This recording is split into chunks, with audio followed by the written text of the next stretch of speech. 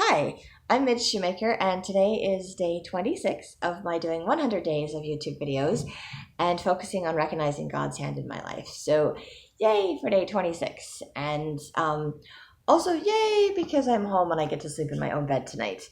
So, I'm very happy about that too. Um, anyway, today I was having a very emotional day, and I actually let myself cry. I don't like to cry. Anybody that's watched my videos knows that. And I needed to cry today, and I did. And I was reading my scriptures and meditationals, and I was writing about it, and I just felt like God was reminding me that emotions are gifts. They're blessings that we have in our lives. They're meant to help us enjoy, to fully experience this earthly life that we have, this existence that we're living. And we can't fully enjoy it if we don't experience all of the different emotions. So, as much as I dislike certain things like crying, it's actually healthy for me to cry, and it's actually good to get all of those things out of my system. And it's good for me to recognize and allow myself to feel my emotions. So today, God was kind of helping me to do that. And also, I just felt impressed, prompted. I just had the idea in my head that I should reach out to an Al Anon friend of mine. I have quite a few of those, and I don't think I have a friend named Jay. So my Al Anon Jay friend, that's just the first initial of her name. That's not actually her name, but that's what I'm going to call her in my video. Anyway, I was able to talk with her on the phone today. I reached out to her and said, hey, can we talk at some point today? Like, not urgent. I'm not in a big hurry. And she was like the sweetest thing on the phone with me. And she reminded me that I was doing the right thing by reaching out, and that my higher power loves me and that she loves me. And she told me that I'm one of those people that's like safe to love, safe to let in, and stuff, like, because I just make people feel at home and feel comfortable. And I was like, oh, it was so sweet. It was very uplifting. And she reminded me that I am going through a lot. She's like, you're doing great. You're doing amazing. I'm like, I'm just so glad to have you in my life. And I really kind of needed that, I think, because I am dealing with a lot, and I am trying to buoy some other people up that are going through some hard times right now, kind of.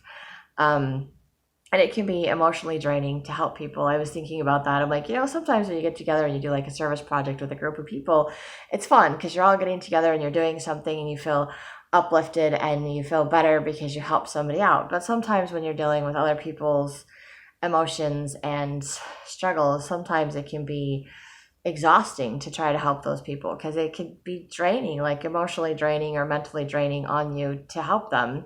So you kind of have to be built up. So I'm kind of, with my friend being in the hospital, and her roommate, my sponsor friend, being in the hospital, and her roommate texting me, and she's created a group text that I'm getting a whole bunch of text messages and stuff from. And it's kind of exhausting. It's triggering. It brings up a lot of stuff from my past as well. And so it's just a lot of things to process for me right now. And I just had a lot of things going on. So it's just really nice to talk to my Al Anon friend Jay. In fact, she met me at the hospital so we could hang out with my sponsor friend. She knows her as well. So we kind of just hung out there. My sponsor friend didn't wake up. She didn't open her eyes. She didn't talk or anything. She still, but we still got to just, hang out, talk to each other, be in the room, just let her hear our voices and let her know that we were there and that we love her. And sometimes that's just emotionally hard to watch someone go through that, and hope that they can hear you and hope that they're going to get better, and just not know what the outcome is going to be. So I think the doctors are hopeful, but they're still just kind of waiting to see what happens. So just a lot of emotional things. But I know that God was there helping me to do all the things that I needed to do today, to give me the strength and the motivation to do it. And then when I came home, I just kind of crashed. I was like, oh my gosh, I am so exhausted. And it wasn't like physical exhaustion. I think it was much more emotional exhaustion. But I'm so grateful for my Al Anon friend to just kind of buoy me up. And I am so grateful that I chose to read my scriptures and meditationals, to do things to buoy myself up. And also grateful that I let myself cry today, because needed to let it out. I just needed to say, I miss being able to talk to my friend. I'm worried about my friend, and tell myself that it was okay to have a good cry. And I don't normally just tell myself it's okay to have a good cry, or that it's healthy, or that this is a natural response to the situation that I'm in, and it's perfectly okay. And I did that today. So I am grateful that God is showing me that growth in me and helping me to recognize that that's a positive, a healthy response to the situation, versus my response where I just kind of bury it, or I kind of try to run away from my life, or try to avoid everything. So I am grateful for that as well. So just lots of ways that God was helping me get through today. And then, kind of surprised, I went to pick up my parents from the airport, and I'd been using their car all week. And my dad's like, well, if you need it next week, you can have it for a whole other week. And I'm like, cool, I get a car for another week. I don't have any appointments or anything I need to go to next week, but I can make some if I need to, because now I got a car.